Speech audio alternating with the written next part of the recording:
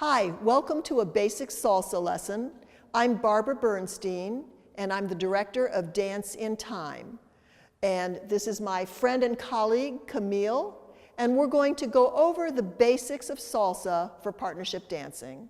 So first you have to understand that salsa music is written in sets of 4 beats to a measure with 2 measures to a phrase.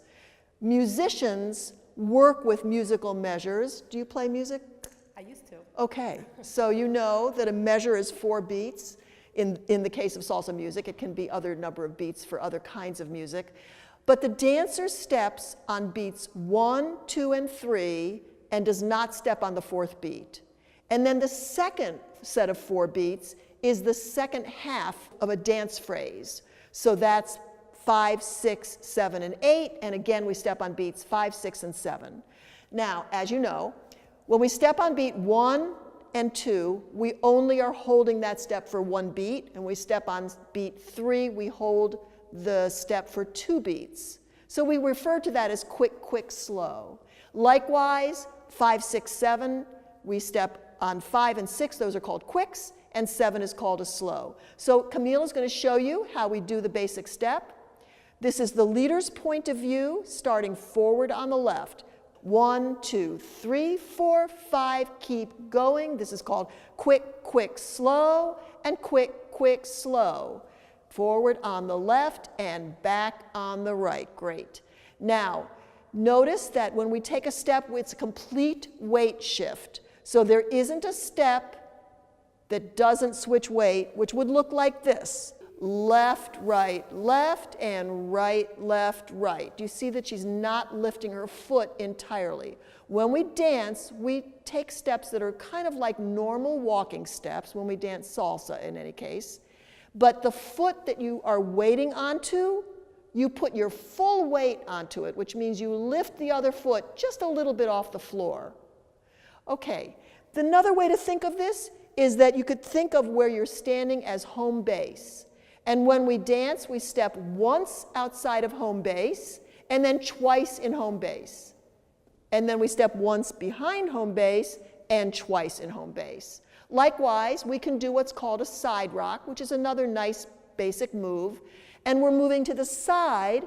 Leaders start on their left foot on beat 1, so they move to the left. They go to the side, and then twice in home base, and to the other side, which is the right, and twice in home base.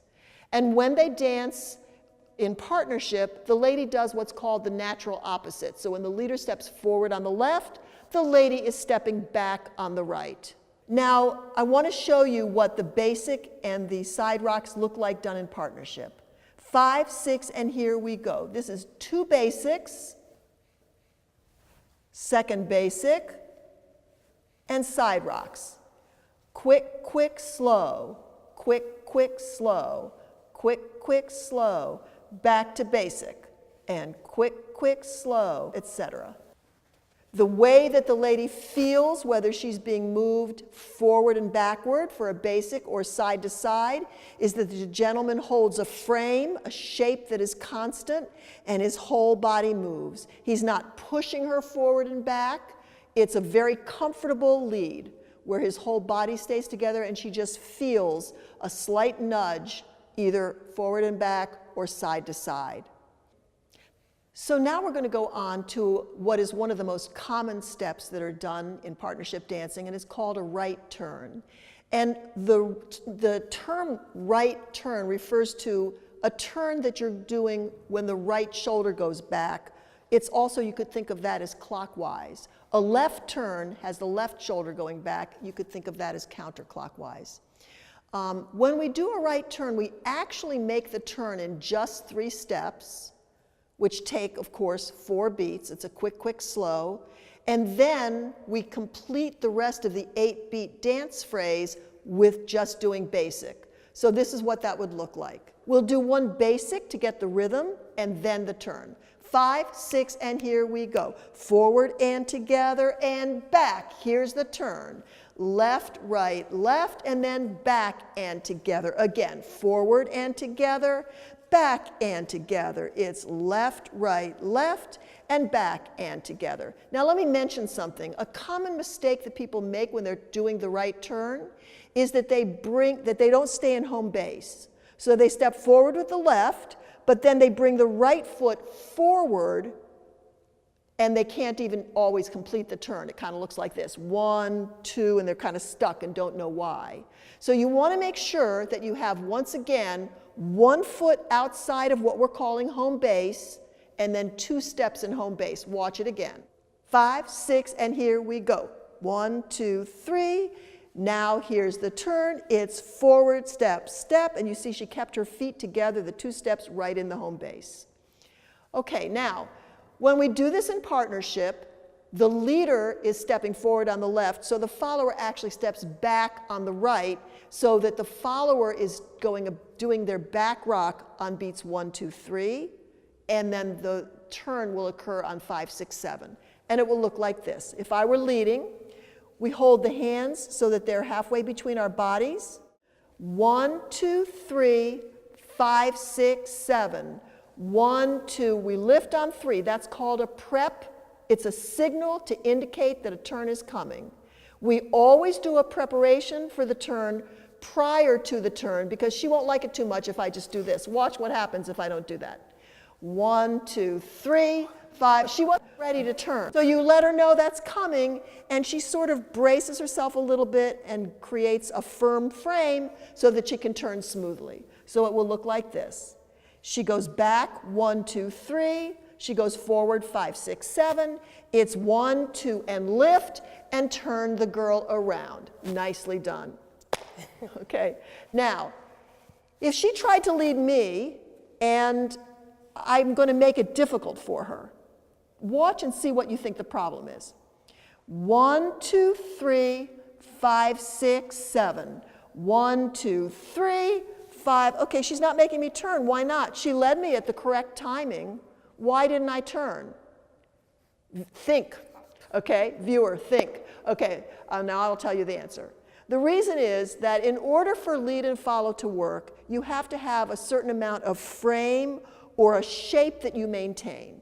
So when, yes, there we go. So when she gives me the prep, the hand is lifted. I know that a turn is being initiated then, so as I step forward, I keep this shape the same. And so essentially, when she pushes back on the hand, my whole body moves with the hand. Let me mention another thing that beginners commonly, a mistake they make. If I were leading and I were here facing my follower, you don't want to just go 1, 2, 3 and do a little twirl like this with your hand. Because think of her experience. She's facing the leader, and she's getting a signal to go that kind of constrains her. The distance between your head and the hand being constant makes a comfortable turn. So you kind of want to make sure, if I were leading her facing this way, I go 1, 2 up, and I make a circle which starts in this direction, like that, in a halo around her head that's not way broad, so she's not staggering, that can unbalance her, but it's not so tight that she's constrained. Okay? Now, we're going to go on, and I'm going to show you something very cool that you can do with this. So now I'm going to lead, take over the lead from my buddy here, and I'm going to do something, watch what we do. Basic and basic.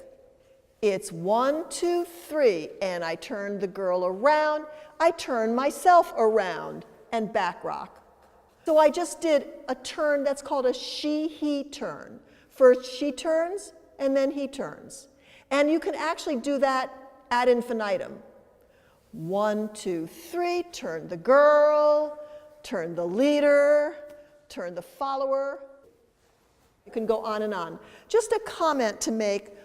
Professional dancers all learn to lead and follow, and actually any advanced dancers who really want to become strong often do that. So for the purposes of this video, if I say she or he, I'm referring to follower and leader, but in reality, anyone can lead and anyone can follow. Most advanced dancers really learn to do both parts. If you are a leader most of the time, understanding how the follower what the follower needs in terms of a clear signal, etc., helps you be a better leader, and vice versa. Really understanding both parts, they help you be better at each of them. Now, another common move is a cross-body lead. This is actually a move that's done in almost any partnership dance. And it's called a cross-body lead because we bring the lady across the leader's body from one side to his other side. So this is what it looks like. 5, 6, and here we go. Bum, bum, bum, bum, bum. 1, 2, 3, 5, 6, 7. 1, 2, 3, 5, 6. Watch again. 1, 2, 3, and 5, 6, 7, and we're good. There are a lot of things that a person can do to add style or some snazzy features to any dancing at any level, whether it's basic or advanced. For example, you can add hops, 1, 2, and 3, 4, 5, 6, and 7, 8. Step, step, step, step, like that. Anytime you're dancing, you can add shoulder rolls. They're very nice. You can shimmy to add style. There's a lot of things people can do, but the most important thing is to get the fundamentals down and be stepping in the rhythm of the music. And that often takes a lot of practice to be smooth. So you now know how to do a basic, a side rock, a right turn for the lady, or the follower, I should really say, a right turn for the leader, and also the cross-body lead. So here's what we're going to do. We're going to do 2 basics, then 2 side rocks, then 1 basic, and then I'm going to lead the lady in a turn. Then I'm going to do another basic, and I'm going to do a she-he turn, which means I'm going to lead the follower in a turn, and then I'm going to turn as the leader. And then I'm going to do a basic and lead a cross body, and then I'll do another basic and lead a cross body. And as always, I'm going to follow precisely the rhythm of the music.